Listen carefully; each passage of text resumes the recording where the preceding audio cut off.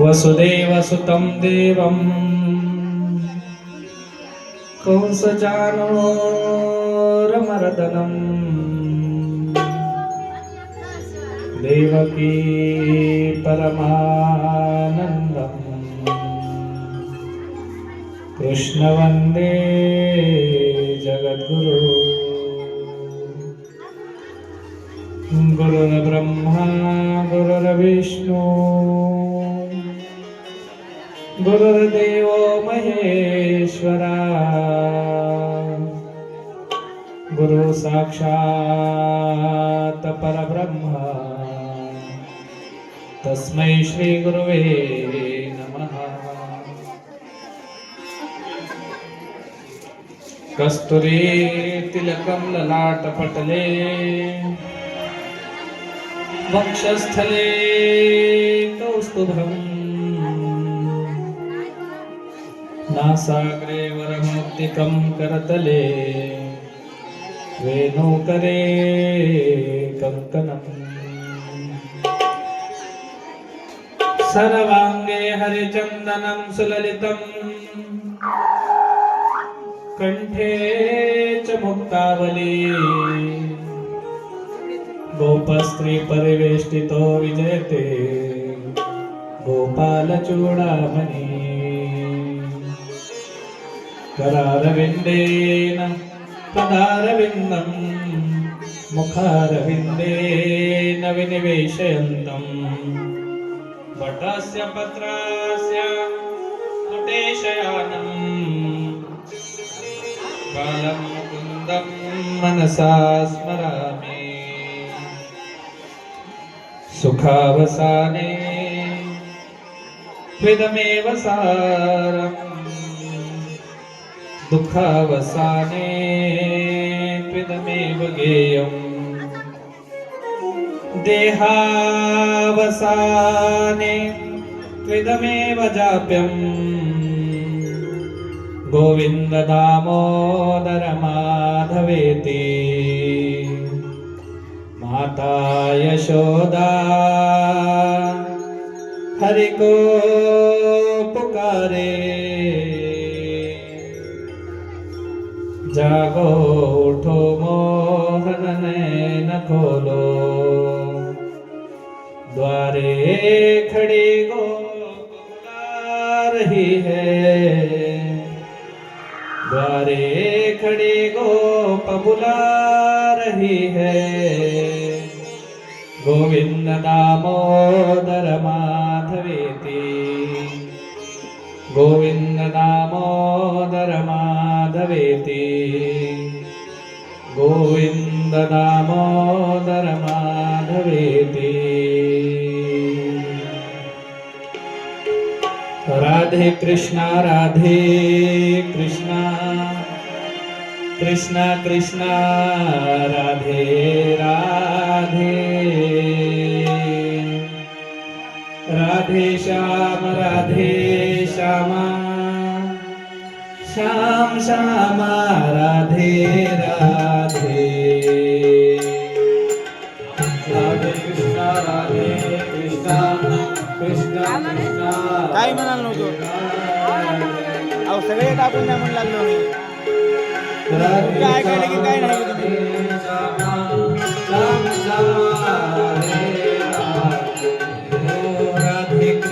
राधे कृष्णा कृष्णा कृष्णा राधे राधे राधे श्याम श्याम श्याम राधे राधे राधे कृष्णा कृष्णा कृष्णा कृष्णा राधे राधे ओ राधे श्याम श्याम श्याम राधे राधे ओ राधे कृष्णा कृष्णा कृष्णा राधे राधे राधे श्याम श्याम राधे राधे राधे कृष्णा कृष्णा कृष्णा राधे राधे राधे श्याम श्याम राधे राधे कृष्ण राधे कृष्ण कृष्ण कृष्ण राधे राधे राधे श्याम श्याम श्याम राधे राधे राधे कृष्ण कृष्ण कृष्ण राधे राधे राधे श्याम श्याम श्याम राधे राधे कृष्ण राधे कृष्ण कृष्ण कृष्ण राधे राधे राधे राधे श्याम श्याम श्याम राधे राधे राधे राधे कृष्ण कृष्ण कृष्ण कृष्ण राधे राधे तबला तबला राधे राधे राधे कृष्ण कृष्ण कृष्ण कृष्ण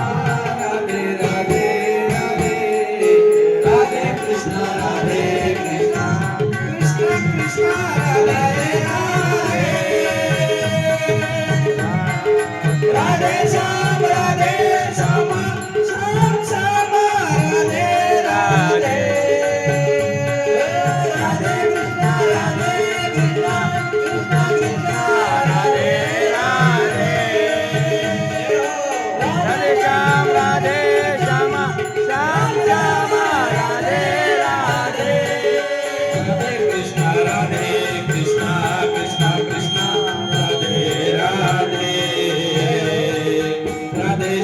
राधे श्याम श्याम श्याम राधे राधे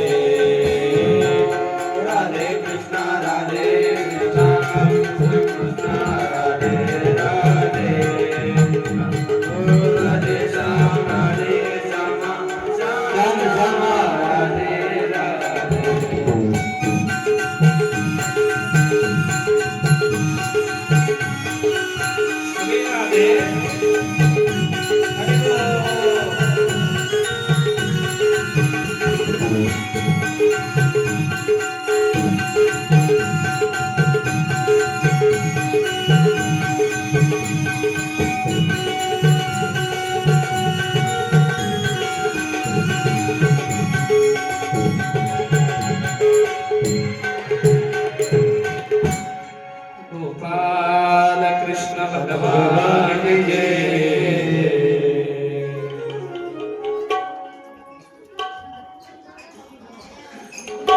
स्वस्ति श्री गणेशाय नमः। इकडे इकडे संदीप श्री सरस्वती नमः। जायच्या नाव इकडून जात जा. श्री गुरु चरण ठेवतो राहू दे.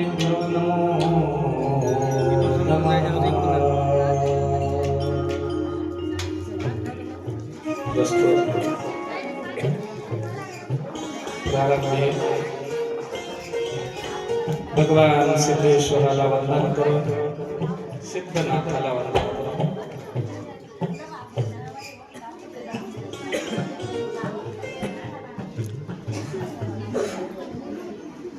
श्री सिद्धेश्वराच्या दरबारामध्ये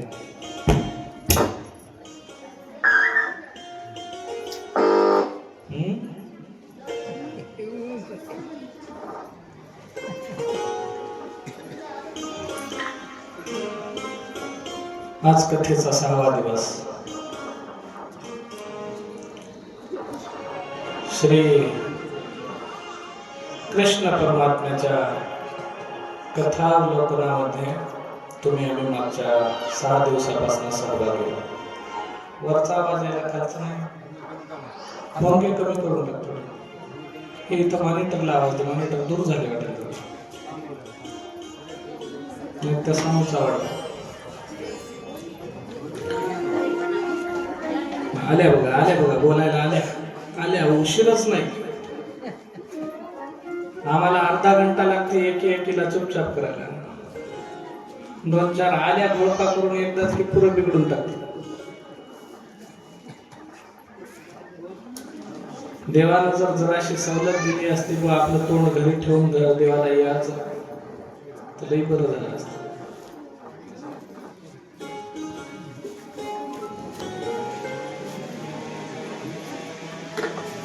आम्हाला प्रत्येकाला परमार्थ करत असताना भगवंताच्या अनुष्ठानावरती ध्यान देणं फार गरजेचं आहे. लक्षात ठेवा, आयुष्य एकदा का निघून गेलं का परत येत नाही. सोनं महागलं तर स्वस्त होईल, चांदीलाही चढली तर उतरल, पैसा संपला तर पुन्हा येईल, गेलेली वेळ हातामध्ये पुन्हा येत नाही. भंडाऱ्याचे लाकडं होत, एकदा का वेळ निघून गेली महाराज पुन्हा वेळ येत नाही. पाहता पाहता कधी 6 दिवस निघून गेले पता लागला नाही तुम्हाला आम्हाला. हो, आणि 6 दिवसांमध्ये आमच्या पदरात जर काय पडलं म्हणून विचारलं तर पदर आणखी रिकामाच आहे, काहीच पडलं नाही. कोणाला काही भेटलंय काय सांगा बरं. हा, खरं खरं सांगा बरं, कोणाला काय काय भेटलं 6 दिवसात. मला भेटले बा. संदीप महाराजांना गोळ भेटला.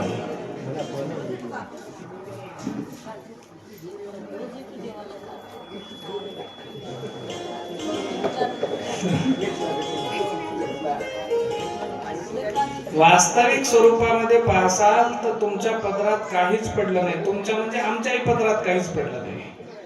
का? कारण 6 दिवस आपण फक्त सेवा केली देवाला. सगळी सेवा पूर्ण झाल्याच्या नंतर त्याच्याकडे 7व्या दिवशी काहीतरी मागायचं राहतं. आम्ही आता 6 दिवसापासून 7 दिवसापासून तुझी सेवा केली, आम्हाला काहीतरी आता दे. मग काहीतरी दे म्हणल्याच्या नंतर काय द्यायचं राहते.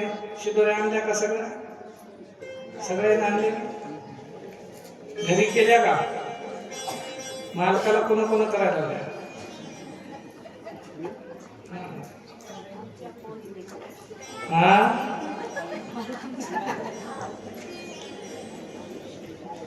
बसा थोडेसे, मला लाटू लागला.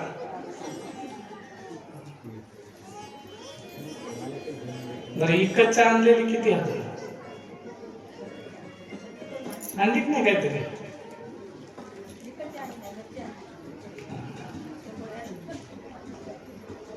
कसं आहे महाराज,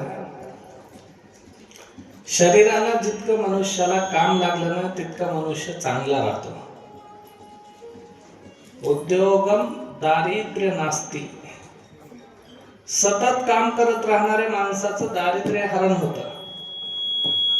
काहीतरी उद्योग, काहीतरी काम, काहीतरी त्या ठिकाणी परिश्रम ज्या माणसानं केले त्याच्या पाठीमागं कुठली सरी लागत नाही, कुठली किरकिरी लागत नाही, काही लागत नाही. रिकाम जे आहे की नाही त्याच्या मागे किरकिरी लागते. आणि भाग आहे संचित, क्रियामान आणि प्रारब्धाचा. संचिताचं फळ चांगलं असेल, त्याचं क्रियामानही चांगलं असेल, पण प्रारब्ध योगानं त्याला कुठलं दुःख आलं तर तो भाग वेगळा. प्रारब्ध चांगला आहे, संचितही चांगला आहे, पण क्रियामानाने एखादं दुःख आलं तर तो भाग वेगळा आहे. क्रियामानही चांगला आहे आणि प्रारब्धही चांगला आहे. संचिताने एखादं पूर्व संचित चुकीचं आहे आणि त्याच्या हिशोबाने एखादं काय दुःख आलं तर तोही भाग वेगळा आहे. पण रिकामा राहिल्या डोकं सैतानाचं घर राहते म्हणतात. रिकामं डोकं सैतानाचं घर असते. रिकामा राहिलेल्या माणसाला जे दुःख येतं ना, ते दुःख संचित, क्रियामान आणि प्रारब्धात येत नाही, ते सहज गतीचं असतं. आणि असे बहुतांशी लोक आहेत. या प्रापंचिक दैनंदिन व्यावहारिक गोष्टींमध्ये निरंतर या गोष्टींमध्ये फसलेले लोक आहेत. एका हाताने पुण्य करण्याचा प्रयत्न करतात आणि कळत न कळत या हाताने पाप होऊन जातात. दारावरती भिकारी आलाय आणि दारावरती भिकारी आल्याच्या नंतर त्या भिकाऱ्याला घरातल्या मालकानं बंगईवरती झुला खेळत असताना दारावरच्या भिकाऱ्याला भीक द्यायची, पण आपल्याला जागेवरून उठायचं नाही. मग उठायचं नाही तर काय करायचं?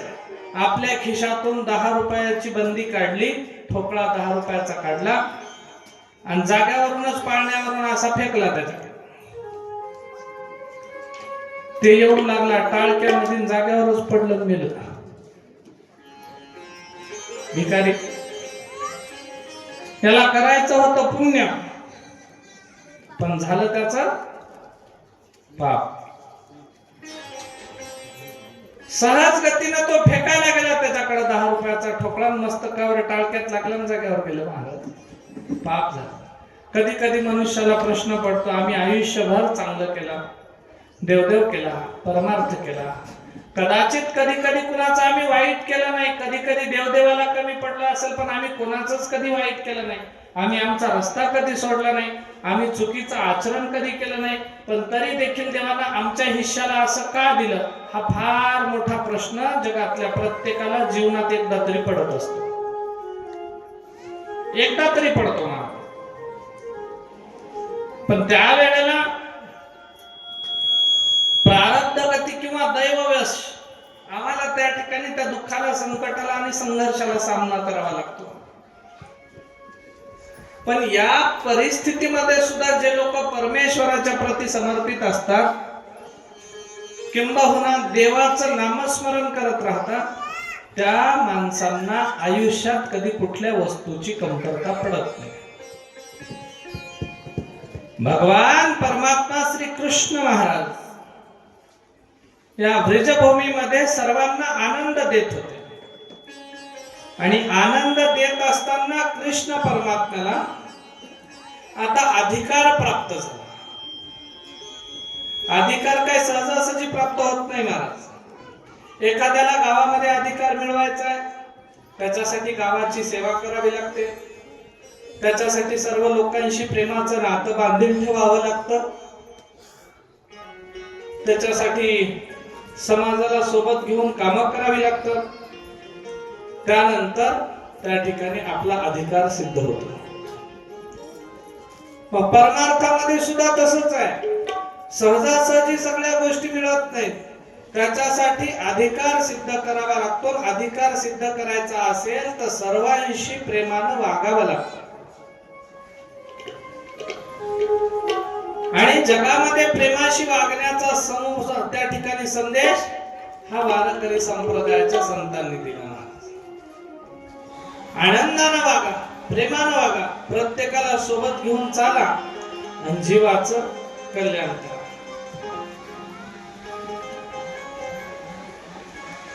कारण तुमचं आमचं काही नाही.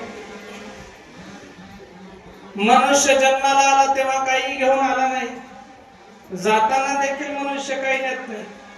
पण इथं जोपर्यंत आहे तोपर्यंत व्यर्थ अभिमानामध्ये तो वावरतो परिणामी त्याच्या जीवाचं त्या ठिकाणी अहित होत.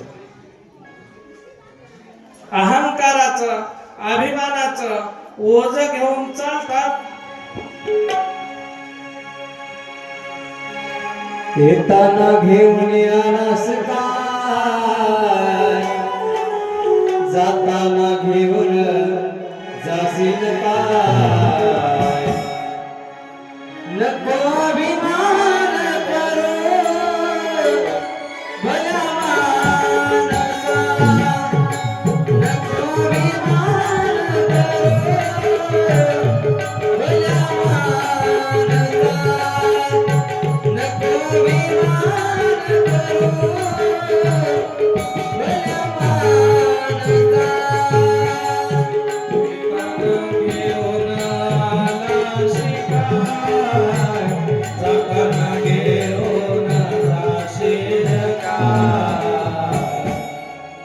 नको अभिमान करू भल्या मानसा, नको अभिमान करू भल्या मानसा. येताना घेऊन आलास काय, जाताना घेऊन जाशील काय. नको अभिमान करू भल्या मानसा, नको अभिमान करू भल्या मानसा.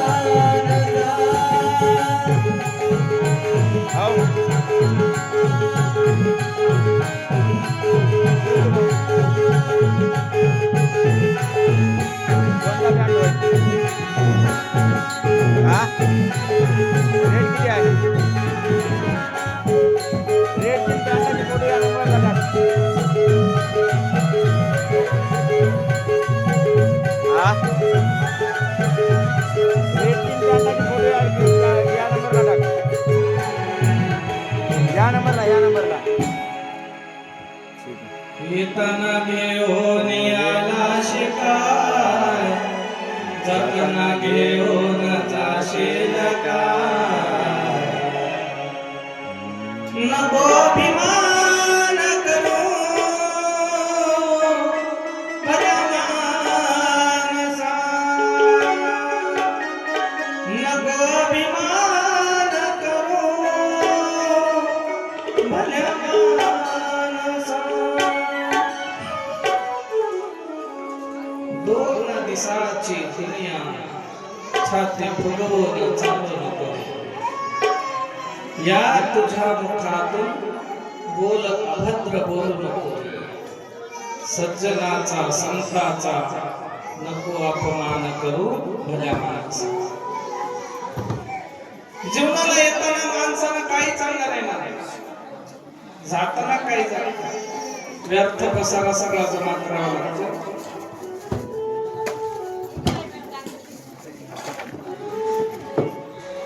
आणि सगळं जमा करून करून जाताना इथंच ठेवून जावं लागतं.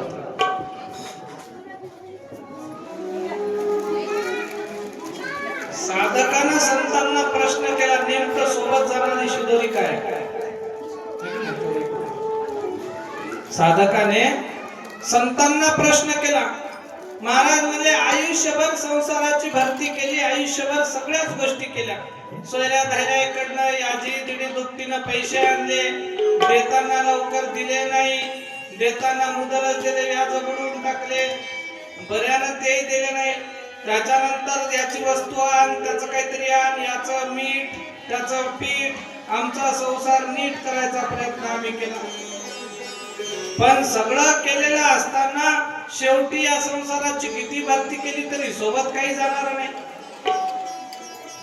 नेमकं आमच्या सोबत जाणार काय. संतांनी सांगितलं, तुम्ही केलेलं नामस्मरण, तुम्ही घेतलेलं देवाचं नाव आणि तुमच्या हातानं उज्ज्वल झालेली तुमची कीर्ती, याच्या व्यतिरिक्त तुमच्या सोबत काही जात नाही. 100 वर्षाच्या आयुष्यामध्ये जगत असताना फक्त कीर्ती चांगली करून घ्या.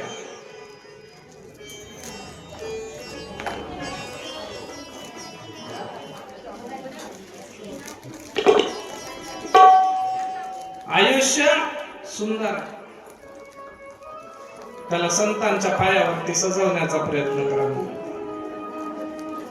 आणि संत रूपाचे विचार जेव्हा मनुष्याला प्राप्त होतात ना महाराज, त्याच्या दुष्काळ साठलेल्या आयुष्यामध्ये सुद्धा त्या ठिकाणी चैतन्य हिरवळ त्या ठिकाणी पसरते. बहरून आयुष्य जातं त्याचं केव्हा, जेव्हा मनुष्याच्या जीवनात संत येतात तेव्हा. संत, भगवंत, परमात्मा, परमेश्वर या संतांच्या सानिध्यात ईश्वराचं भजन करत असताना ईश्वराची प्राप्ती होते आणि तुम्हाला आम्हाला जीवाचं हित साधता येतं.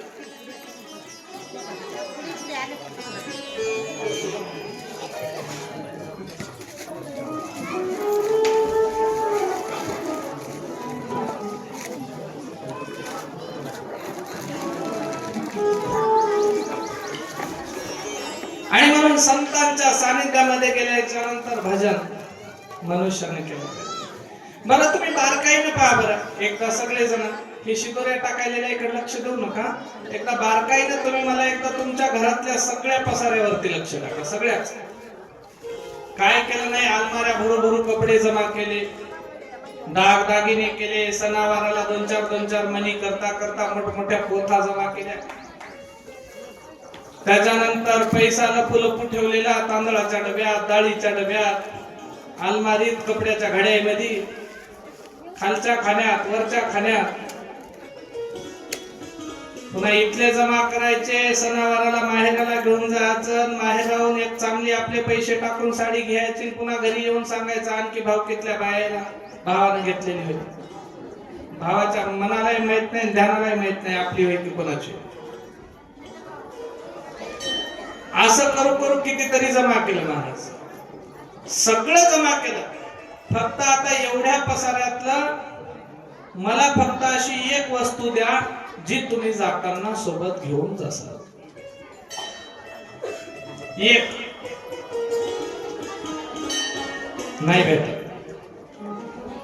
उरला सुरला फुटका म्हणे काहीतरी तोंडात ठेवतात मला, मुखामध्ये पाणी पाजताना मुखातच ठेवतात ना. आम्हाला माहित नाही, आम्हाला घरातच पुरतात, आम्हाला कुठं बाहेर नाही जात. आणि पुरल्यावर नंतर आणखी वर्षाला उकरू नाही फाटत, हाय की गेले म्हणून. तुमचं सांगायला ऐका हो ऐका, अमुक अमुक नावाचे अमुक अमुक दिवशी अमुक अमुक वेळेला अमुक अमुक गायीच्या अशा पद्धतीची शेपूट धरून स्वर्गाला गेले हो. परवाच्या दिवशी काय की आहे आणि तिसऱ्या दिवशी काय की आहे. एवढ्या सगळ्या पसाऱ्यामध्ये एक वस्तू मला अशी दाखवा जी तुम्ही सोबत नेऊ शकता. नाही नेता येते का? नेता येत नाही. मग नेण्यासारखी वस्तू काय? एकच आहे, हरीचं नाव, हरीची केलेली भक्ती. याच्या व्यतिरिक्त तुम्ही काहीच नेऊ शकत नाही. आणि हे हरीचं नाम कसं आहे महाराज? एका जणाला प्रश्न पडला, नेमका देव असते का? कुठं आहे म्हणले देव? मंदिरात गेलो तर देव भेटना, आणि मंदिरात नुसत्या दगडाच्या मूर्त्या हातात. प्रश्न पडला, देव एक की अनेक आहे, तर राहतो कुठं आणि राहतो तर करतो काय? प्रश्न पडला मला. आणि प्रश्न पडल्याच्या नंतर त्यांना भेटलेला एकच प्रश्न विचारावा, सांग म्हणे देव एक आहे की अनेक? सिद्धेश्वराकडे गेले की महादेव दिसते, पाराकडे गेले की मारुती दिसते, विठ्ठलाच्या मंदिराला पांडुरंग दिसते, इकडं कोणती आणखी मरी माय आहे, धुरपका आहे, चंद्रापूरची हाय, अलीकडची पलीकडची, खंडोबा मसोबा मरी माय. एक आहे की अनेक आहे? मग हाय तर राहतो कुठं? कुठं राहतो देव? आणि राहतो तर करतो काय?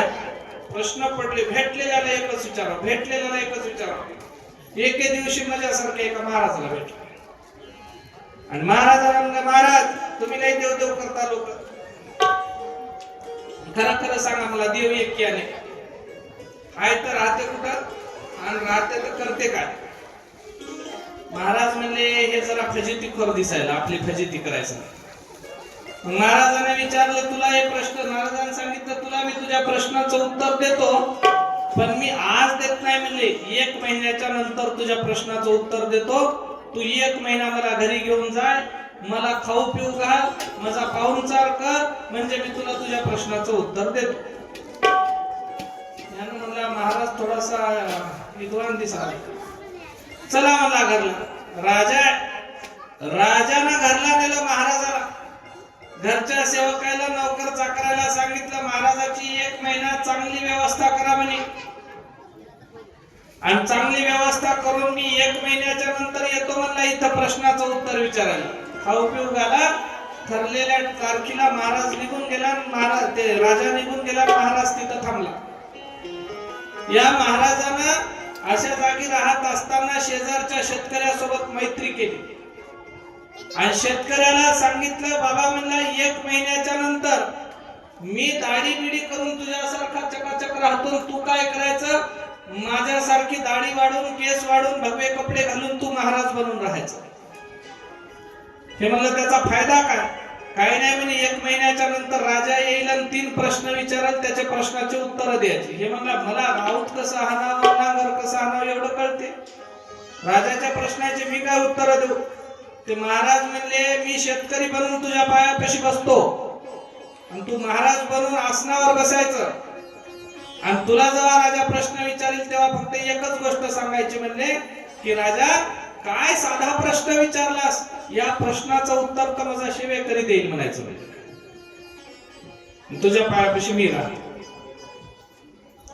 महाराजांनी ठरवलं. 1 महिना सुंदर पद्धतीने राहिले. शेतकऱ्यानं महाराजाचा वेश धारण केला, महाराजानं शेतकऱ्याचा वेश धारण केला. महिना झाला, राजा आला. राजा म्हणला महाराज माझ्या प्रश्नाचं उत्तर द्या. महाराज म्हणले काही हरकत नाही देतो, पण तुला उत्तर प्रश्नाचं एकांतात पाहिजे की लोकांतात पाहिजे. राजा म्हणला आता महिनाभर महाराजाला खाऊ पिऊ घातलं तर याची फजिती करायची तर आता माणसामध्येच करा, मला लोकांतामध्ये उत्तर द्या. लोकांमध्ये. मग महाराजांना सांगितलं चाल म्हणले दरबारात. आता दरबारात जायला हे खरा महाराज नव्हता, हे शेतकरी होता, आणि जे खरा महाराज होता ते शेतकरी होऊन याच्या माग माग घोंगडं घेऊन हिंडाला. दरबारात गेले. खोट्या महाराजाला आसन देण्यात आलं. खरा महाराज त्याच्या पायापाशी बसला आणि सुरू केलं. विचारलं मला सांगा म्हणे प्रश्न. म्हणले काय प्रश्न आहे. देव एक आहे की अनेक. मग देव आहे तर राहतो कुठं आणि राहतो तर करतो काय. राजानं प्रश्न विचारला आणि शेतकरी झालेलं महाराज म्हणलं, महाराज झालेलं शेतकरी म्हणलं राजा फार क्षुल्लक प्रश्न विचारलास म्हणे, तू या प्रश्नाचं उत्तर तर माझा हे बसलेला सेवेकरी देईल म्हणला. राजा म्हणला ठीक आहे सेवेकऱ्यानं उत्तर देऊ द्या, पण सेवेकऱ्यानं जर नाही उत्तर दिलं तर तुम्हाला फासावर देतो.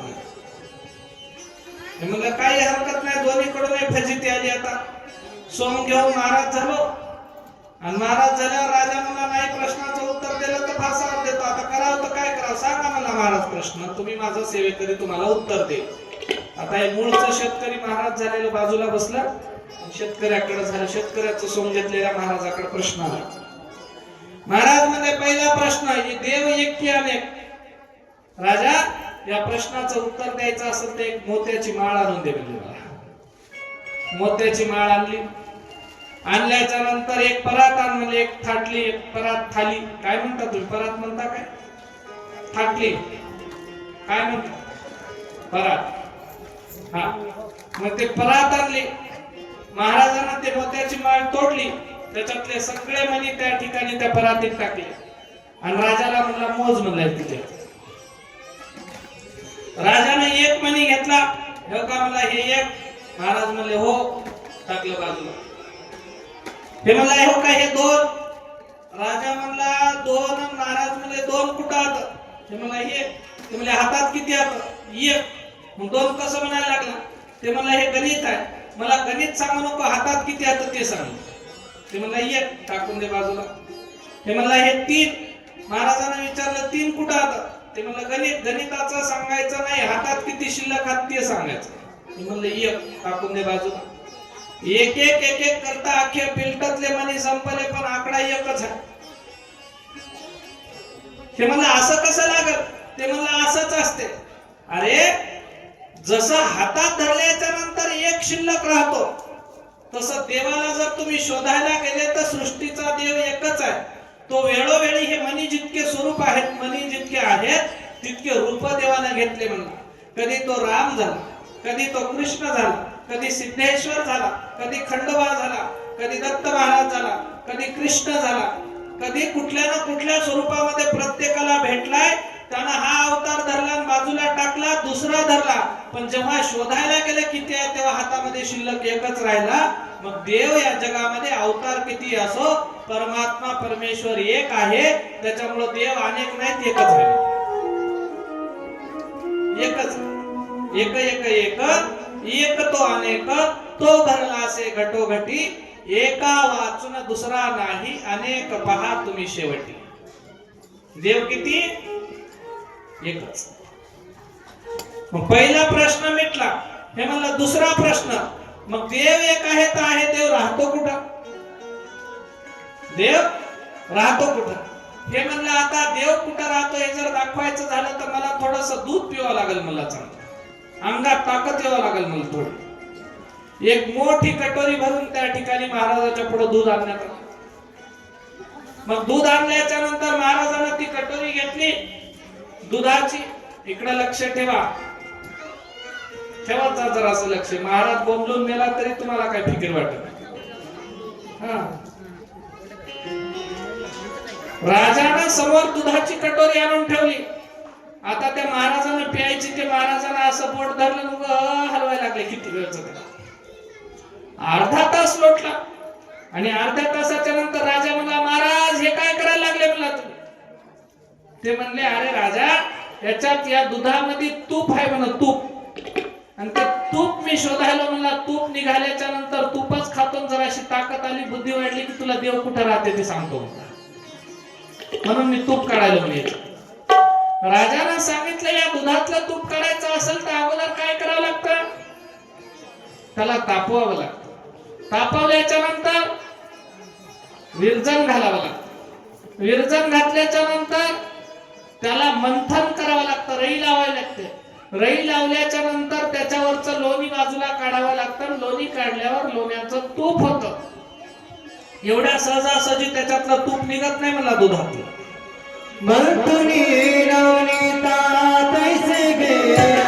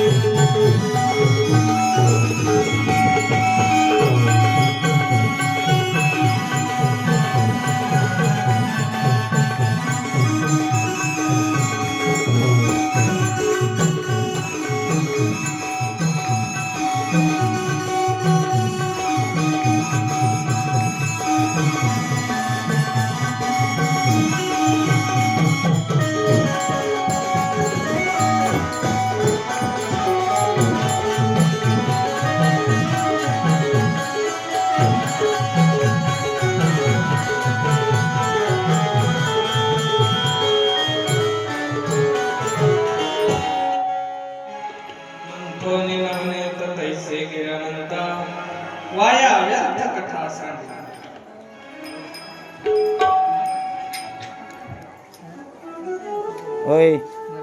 संदीप महाराज संदीप महाराज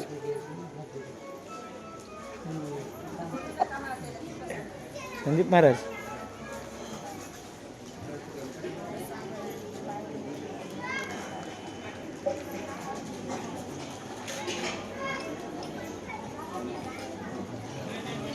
मंथोनी नवनीता तैसे घ्यानंता वाया व्यर्थ कथा सांडी मार्ग. कुठं होतो आपण?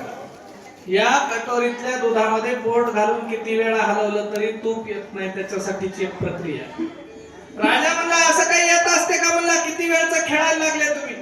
हे म्हणे राजा या दुधातलं तूप काढायसाठी तूप कुठं आहे शोधायसाठी जर एवढी मोठी प्रक्रिया आहे तर जगातला देव शोधण्यासाठी तो काय सहजासहजी दिसत नाही, त्याच्यासाठी प्रक्रिया आहे. म्हणला कोणती प्रक्रिया? संतांना शरण जावं लागतं, त्यांच्याकडनं देवाचं ज्ञान घ्यावं लागतं. ज्ञान घेतल्याच्या नंतर त्याची भक्ती करावी लागते. भक्ती केल्याच्या नंतर वैराग्य प्राप्त होतं आणि वैराग्य प्राप्त झाल्याच्या नंतर ईश्वर कुठे आहे तो दिसतो, असा सहजासहजी दिसत नाही. म्हणजे कुठे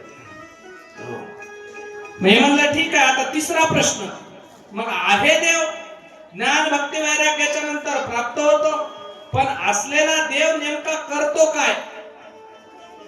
देव काय करतो?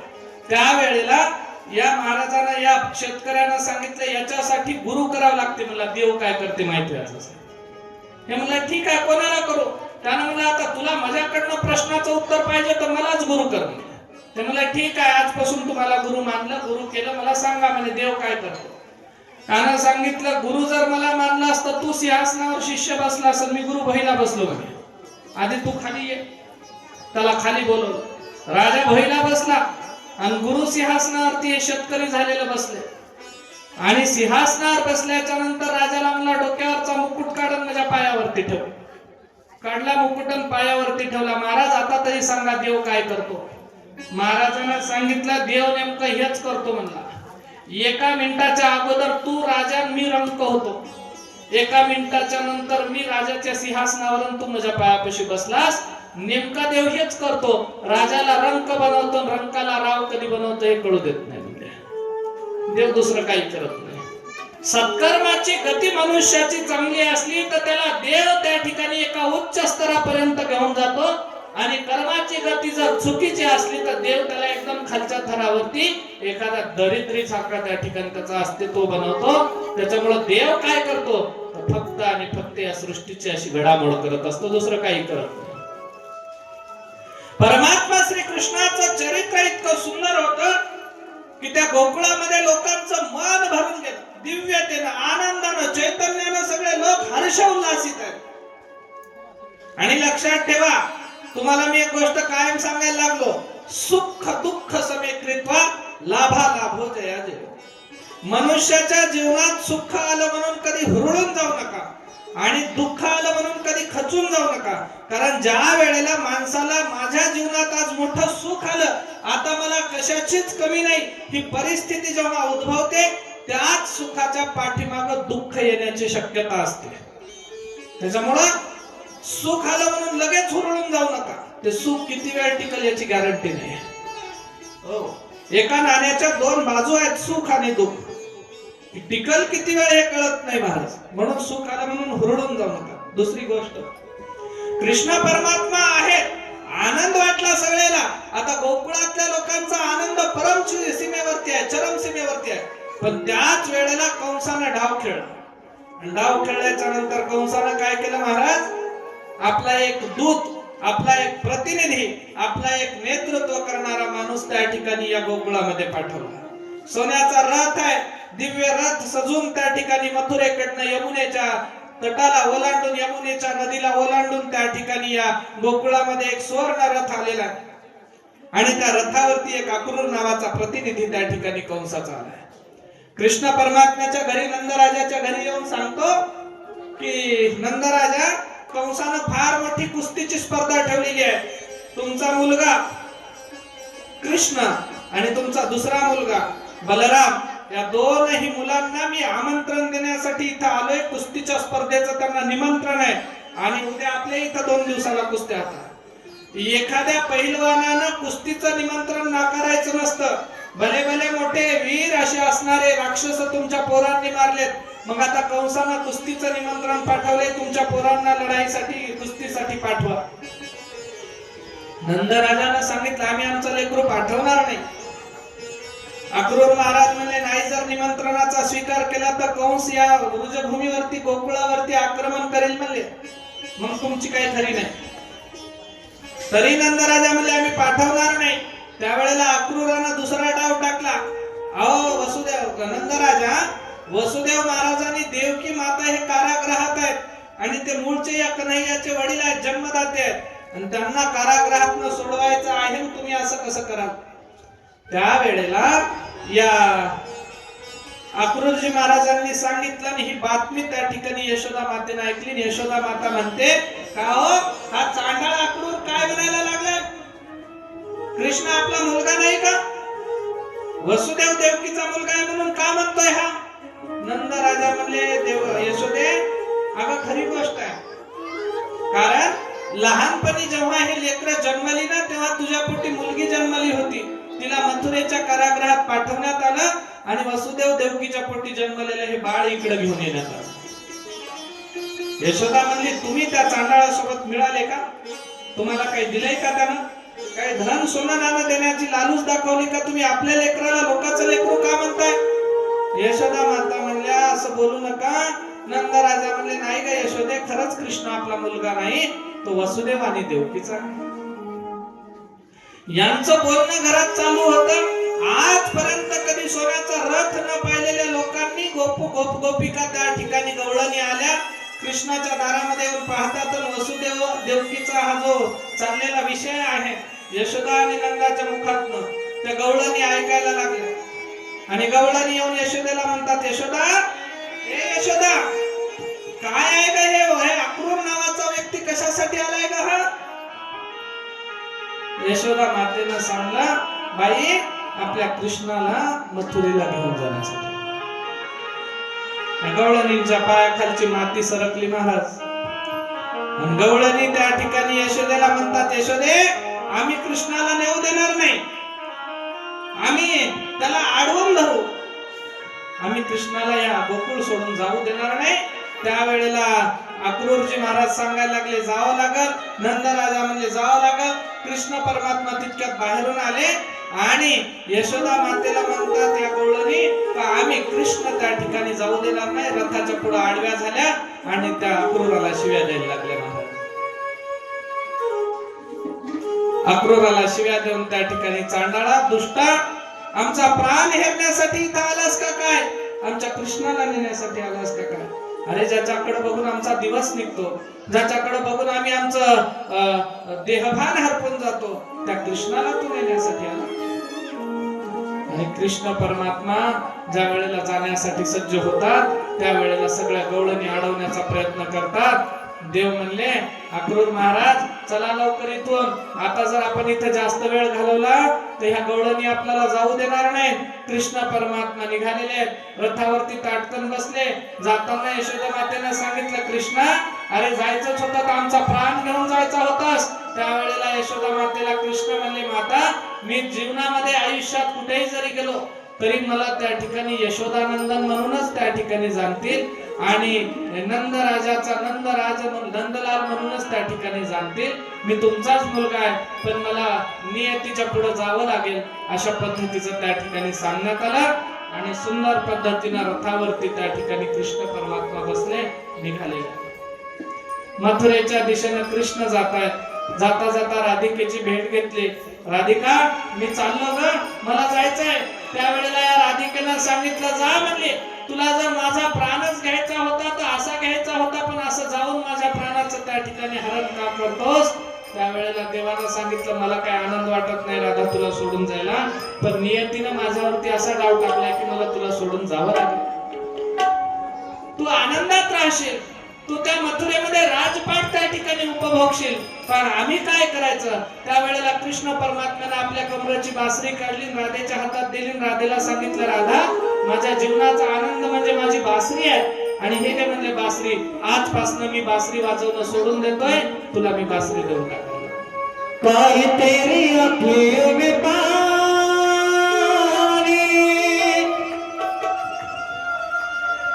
तेरी अखियों में पानी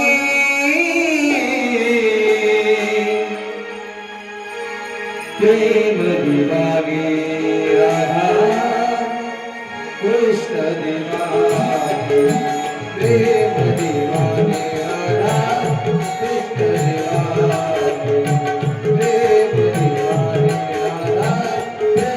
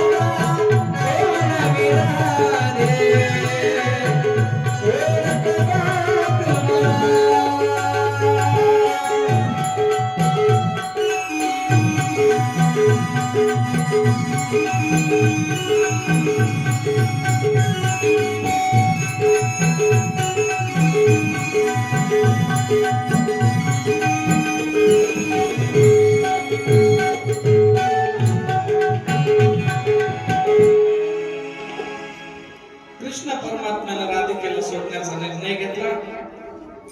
मुळात शरीराला सोडलं तरी महाराज दोघांचा प्राण एक होता. तुम्हाला माहिती आहे, सर्वांना परिचित आहे, राधा आणि कृष्णाचं कधी लग्न झालं नाही. का झालं नाही लग्न? याच्या मागचं एक त्या ठिकाणी फार सुंदर अशा पद्धतीचं तत्व आहे. कारण राधा आणि कृष्ण हे दोन नव्हते. लग्न कधीही दोन जीवांचं लागत असतं, दोन शरीरांचं, दोन मनुष्यांचं लागत असतं.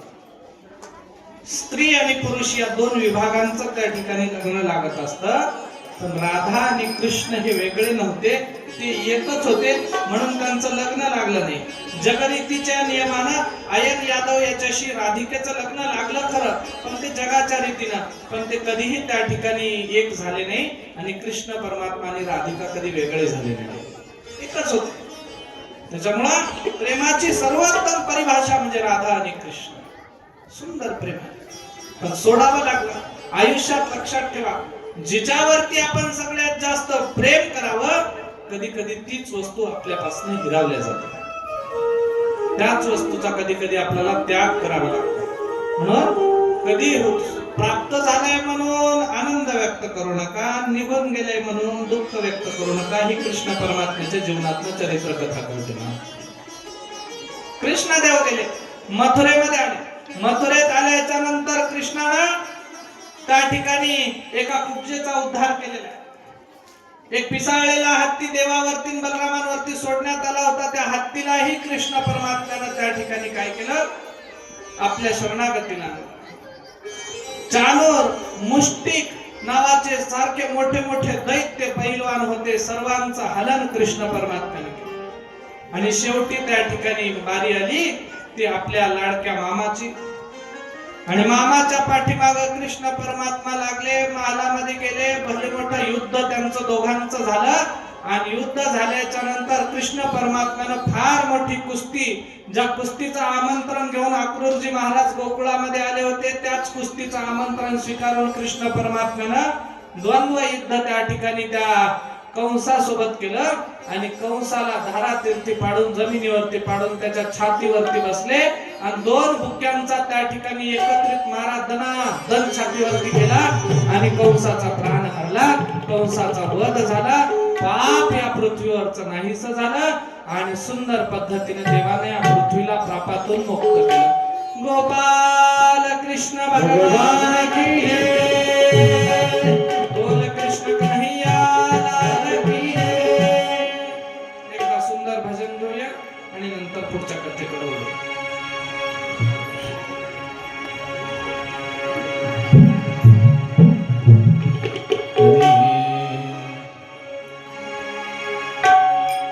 ज्ञानोबा माऊली तुकाराम, ज्ञानोबा माऊली तुकाराम, ज्ञानोबा माऊली तुकाराम, ज्ञानोबा माऊली तुकाराम, ज्ञानोबा माऊली तुकाराम, ज्ञानोबा माऊली तुकाराम.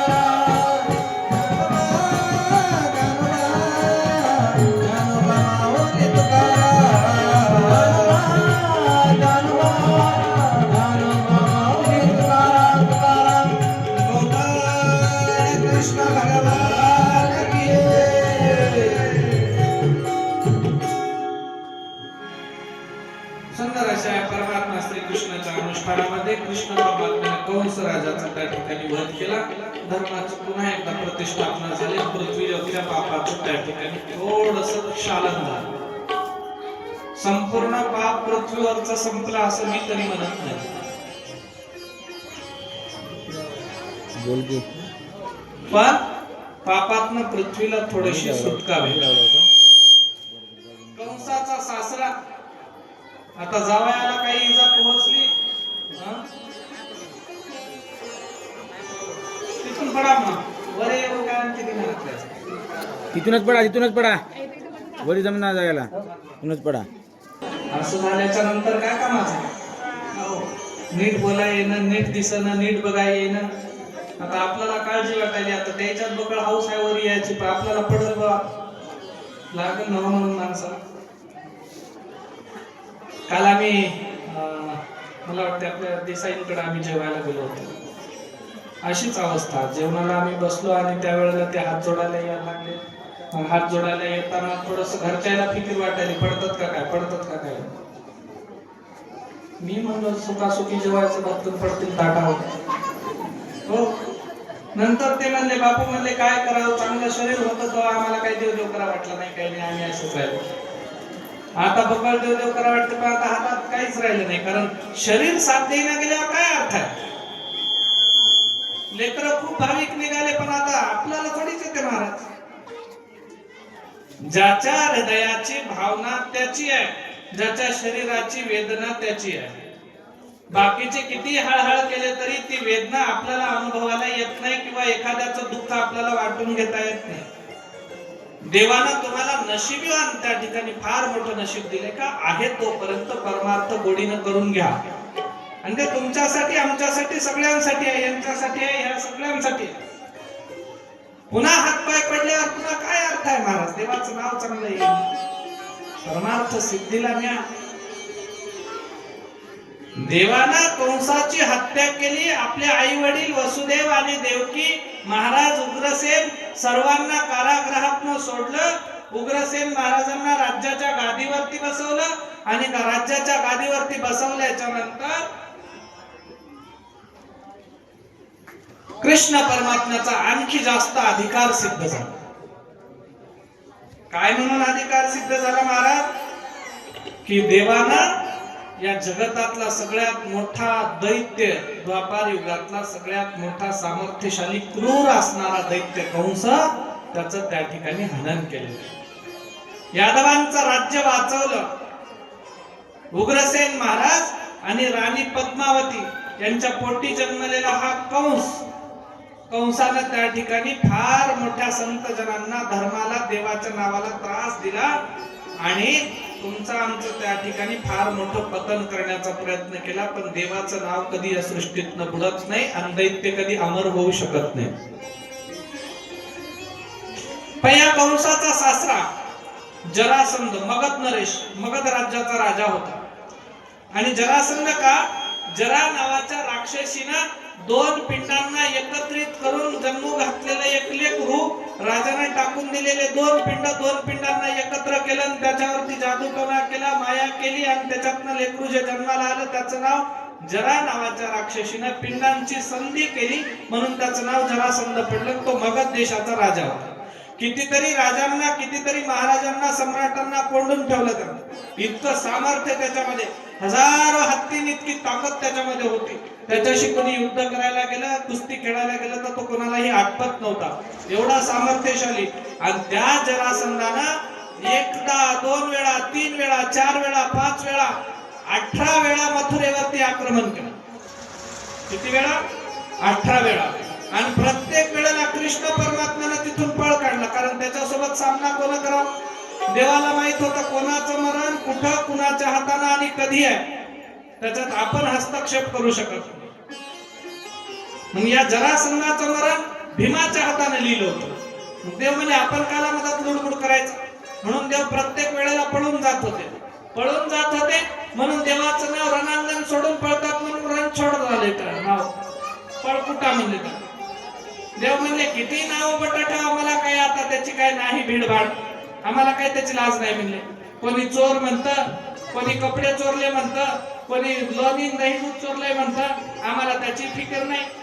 आम्हाला कोणी पळपुट म्हणतं त्याची फिकीर नाही, आम्हाला कोणी कपटी म्हणते त्याची फिकीर नाही, कारण आम्ही पूर्ण ब्रह्म सनातन अवतार योगेश्वर भगवान श्री कृष्ण त्या ठिकाणी पूर्ण अवतार होता.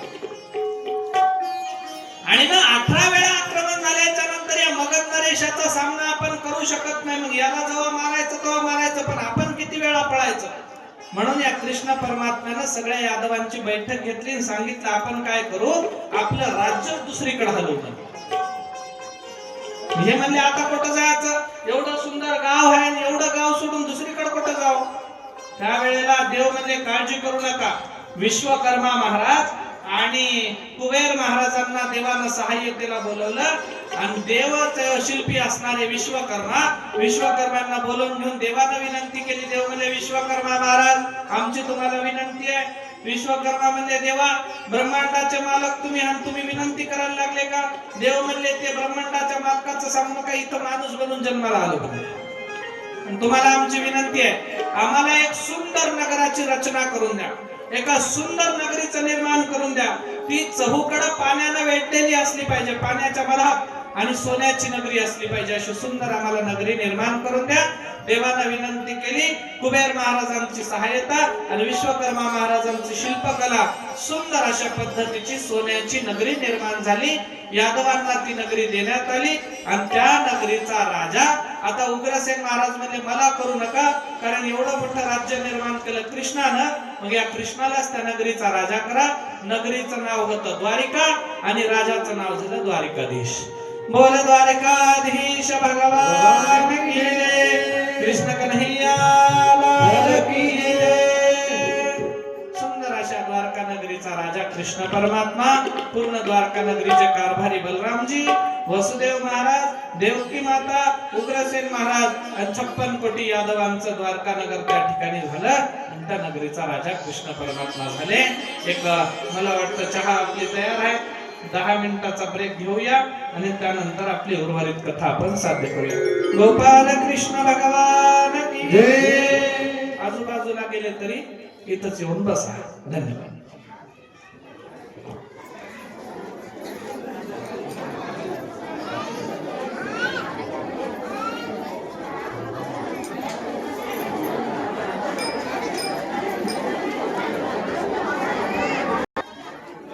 आवाजाकडे लक्ष द्या.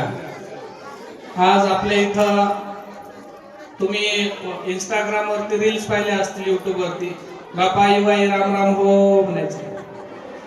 पाहिल्या का? पाहिले की नाही सगळ्यांनी?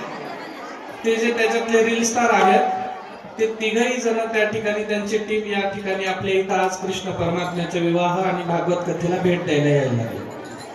आता आलेले आहेत, त्यांचं आगमन झालंय.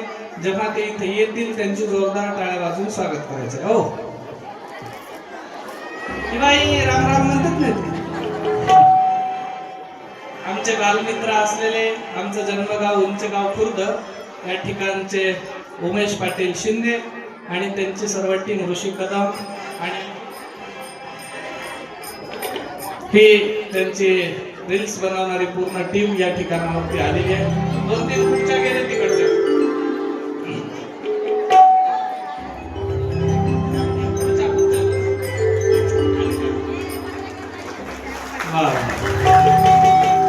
गोपाल कृष्ण भगवान की जय.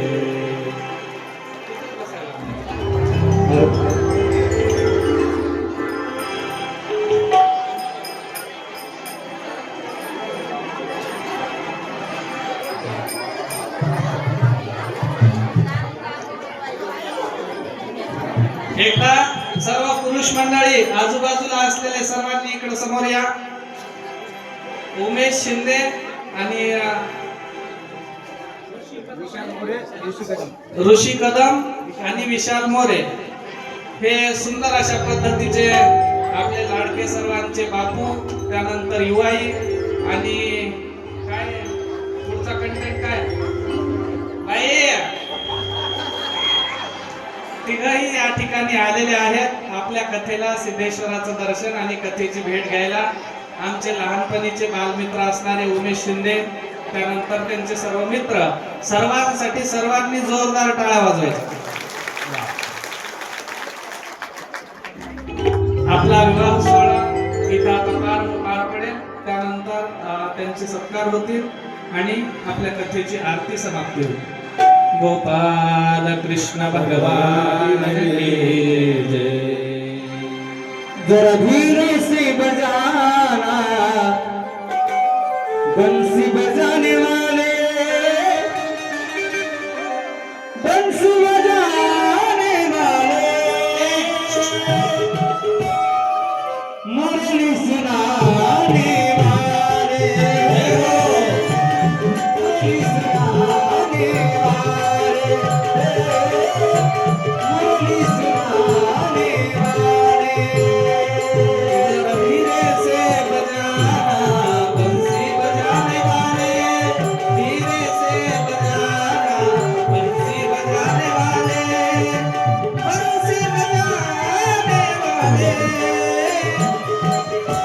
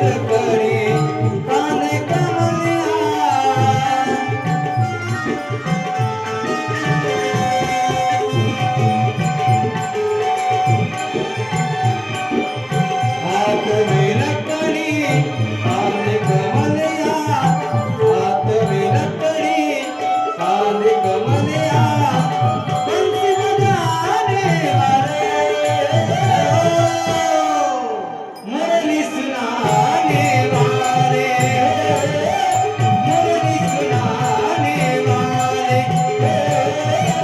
मुरली सुनाने वाले.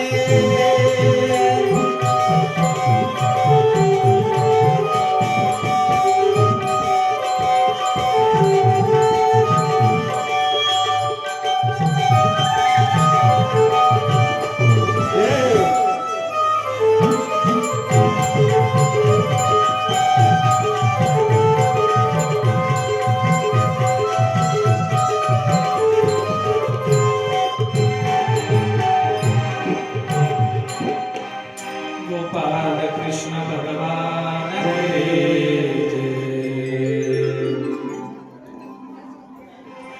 प्रस्तुत कथेच्या द्वितीय सत्राला प्रारंभ करत असताना भगवान परमात्मा श्रीकृष्ण द्वारकाधीश झाले. द्वारिकेचं राज्य त्यांच्या सुंदर नियंत्रणामध्ये चालत होतं. यश आणि कीर्तीचं गुणगान भगवान श्रीकृष्ण परमात्म्याचं होत असताना दाऊ बलरामजींचा विवाह सोहळा आरंभ करण्यात आला. आवाज रे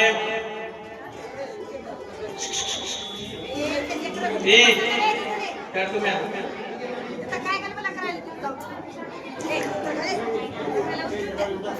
तुमचं काय राहिलंय काय बोलायचं काय महिला मंडळ आता देऊ नका चार डबल पिल्या तो 2-2 बाऱ्या झाले.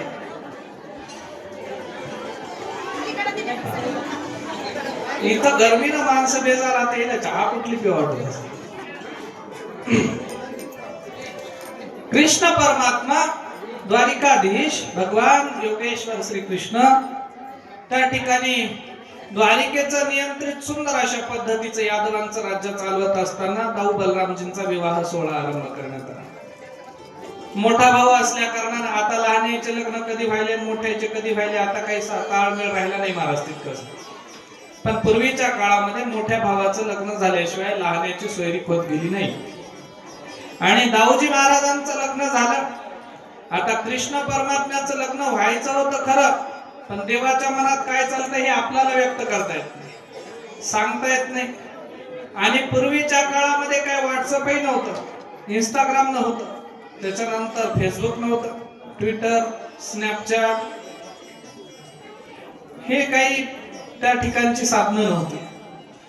तरी देखील कृष्ण परमात्म्याला कबूतर जा जा जा म्हणायचं की नाही. पहिले प्यार की पहिली चिठ्ठी साजन को द्या, कबूतर जा. कबूतरही नव्हतं त्या काळात, हे कबूतर नंतरच्या काळात आले. कृष्ण परमात्म्याला एक चिठ्ठी आली. आधुनिक काळामध्ये त्याला लव्ह लेटर म्हणत होते, है का नाही, प्रेमपत्र. आणि प्रेमपत्र आलं, कुणाचं आलं? विदर्भ देशीचा राजा भीमकाची कन्या माता रुक्मिणी, महालक्ष्मीचा अवतार माता रुक्मिणीचा त्या ठिकाणी पत्र आले कृष्ण परमात्म्याला. देवा, मी तुमच्याशी विवाह करू इच्छिते. माझं लग्न माझ्या भावानं कुणाशी ठरवलंय? शिशुपाळाशी. आणि शिशुपाळ हा दुराचारी आहे, किंबहुना मला तो पसंत नाही, नसल्या कारणाने मी त्याच्याशी लग्न करू इच्छित नाही. पण तरी देखील माझ्या घरची मंडळी मला जबरदस्ती त्याच्या गळ्यात बांधण्याचा विचार करत आहेत. आणि माझ्या मनामध्ये सर्वस्व भावानं मी पती मानलेलं फक्त तुम्हाला असल्या कारणानं तुम्ही माझे पती आहात ही माझी भावना आहे. आणि म्हणून तुम्ही लवकरात लवकर मला या ठिकाणावरनं घेऊन जा, अन्यथा माझं जर लग्न शिशुपाळाशी लागत असेल तर मी माझ्या प्राणाचा त्याग करते. If you don't come here, so I will die. देवा, तू जर नाही आलास तर मी माझा प्राण त्याग करते, मी मरून जाते. आणि मग कृष्णानं त्या ठिकाणी पत्र वाचलं. देव म्हणले आता सगळ्यांचा तो उद्धार आपण करतो, कधी कधी स्वतःचाही उद्धार केला पाहिजे. आणि देवानं त्या ठिकाणी विदर्भ देशीच्या या राजकन्याचा आवाज, विदर्भ देशीच्या या राजकन्याचं पत्र स्वीकारलं आणि सांगितलं की अमुक अमुक दिवशी अमुक अमुक वेळेला तुमच्या कुलदेवीच्या मंदिरावरती मी तुम्हाला भेटायला येणार आहे, तिथून घेऊन जातो.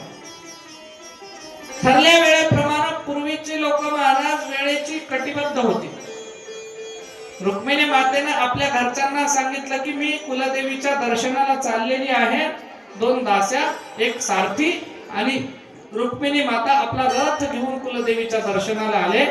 आल्याच्या नंतर कृष्ण परमात्मा त्या जागी अगोदरच येऊन उपस्थित झालेले होते.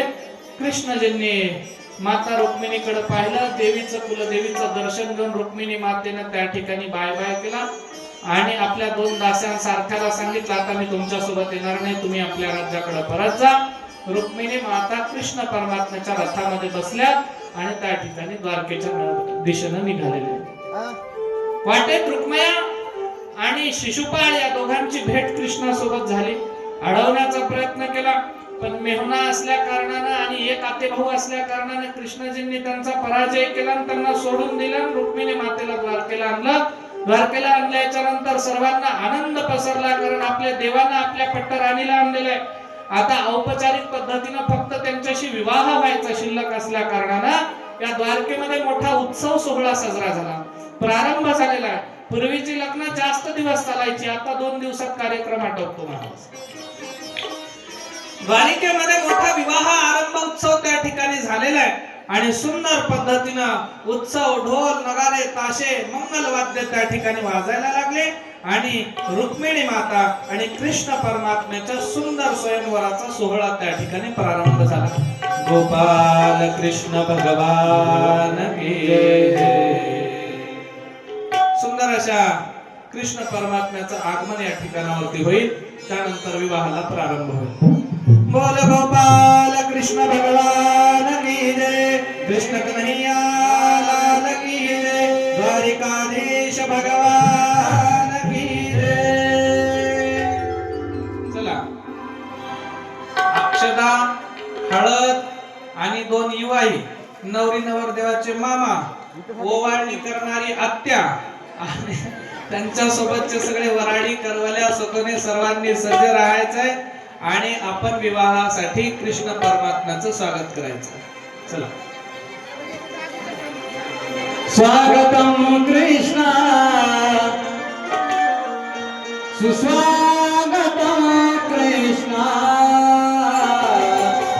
स्वागतं कृष्ण सुस्वागतं कान्हा स्वागतं कृष्ण सुस्वागतं कृष्ण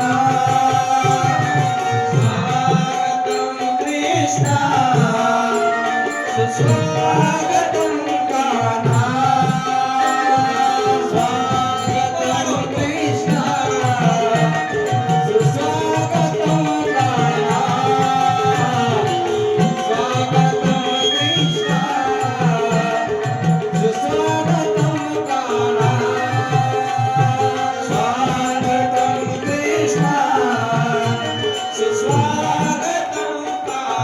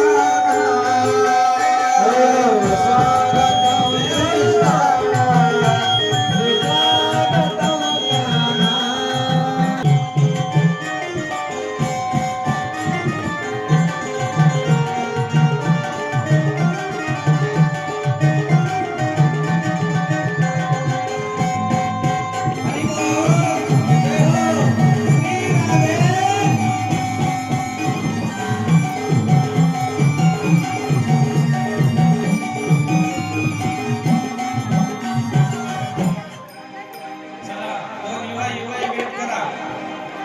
सरपंच साहेब युवा युवा धरून काय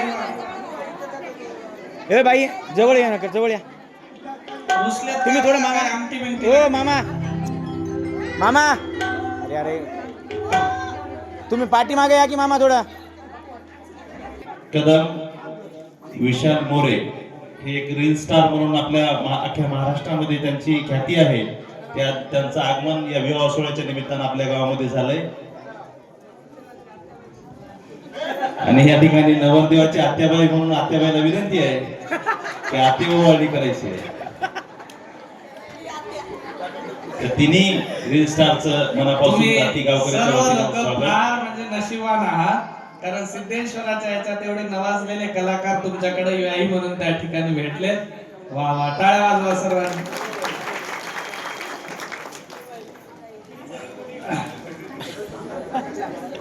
बाप्पा राम राम हो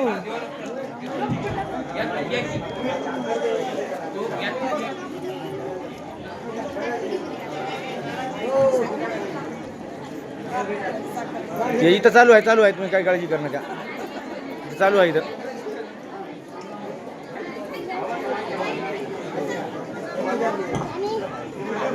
अगदी सामान्य कुटुंबातली ही तीनही मंडळी आहेत महाराज आणि सुंदर पद्धतीने आपल्या स्वतःच्या कर्तृत्वावरती आपल्या स्वतःच्या आता हे घ्या युवाई. बुद्धिमत्तेवरती, ते युवाई राहिली की आता. स्वभावावरती अजून एक भेट घ्या. त्यांनी नावलौकिक केलेला आहे.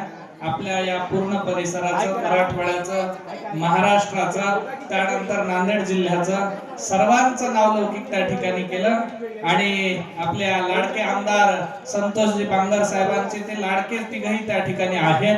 त्याच्यामुळे मी आज मुद्दामच या ठिकाणावरती येण्याची त्यांना विनंती केली आणि आपल्या विनंतीला मान देऊन ते या ठिकाणावरती आले देखील.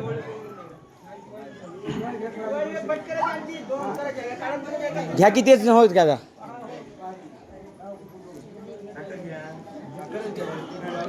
लावा कुकू या ठिकाणी व्याही भेटीचा कार्यक्रम संपन्न होत आहे. दोन्ही व्यायांना विनंती आहे. आजपर्यंत रील्स मध्ये युवाई होते आता अधिकृत त्यांना लायसन्स भेटलं युवाई झाले की नाही. सामाजिक कार्यामध्ये आपल्या रील्सच्या माध्यमातून समाजाची दुरुस्ती कशी करता येईल हे त्या करण्याचा प्रयत्न ते समाजामध्ये करत असतात. तर सगळ्यांसाठी एकदा जोरदार टाळ्या वाजून आपण त्याचं स्वागत करूया. हा जमलं आता. उमेश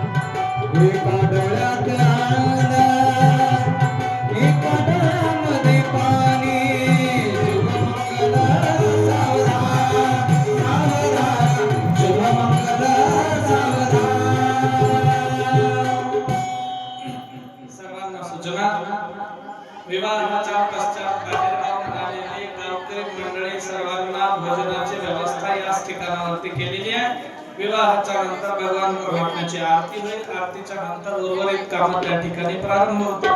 नियमित दैनंदिन त्या ठिकाणी सर्व कार्यक्रम पार पाडत असताना आपण मुलाचा वेळ काढून वधूवरांना आशीर्वाद देण्यासाठी आला की त्यांचे आशीर्वाद घेण्यासाठी आला. वधूवरांचे आशीर्वाद घेण्यासाठी आला. त्यामुळे सर्वांचं त्या ठिकाणी करावं तेवढं कौतुक आणि अभिनंदन कमीच आहे. आणि सुंदर पद्धतीने पाचवी मंगलाष्टका होईल. त्यानंतर आरती आनंद व्यक्त होईल. थोडासा ज्याला पावल्या खेळायचं असतील त्यांनी पावल्या खेळा, ज्याला नाचायचं असेल तर नाचा. नाचायला इथं महाराज लोकांच्या समोर जमत नाही, पण पावल्या मात्र खेळू शकता. गोपाल कृष्ण भगवान की जय.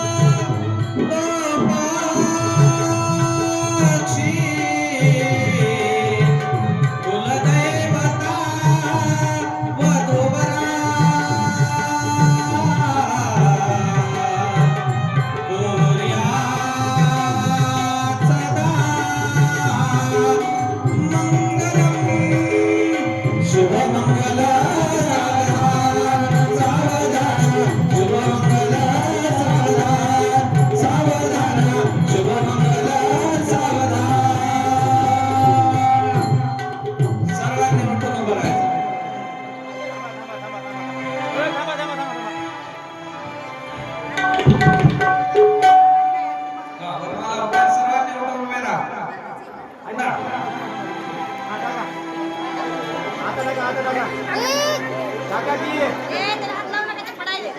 ऐका सर्वांनी एकदम पिन ड्रॉप सायलेन्स. सर्वांनी शांततेने एक सूचना आहे, सर्वांनी ऐकायची, त्यानंतर आपलं त्या ठिकाणी पुढचा कार्यक्रम होईल. डिस्टर्ब करत जाऊ नका आम्हाला उद्या.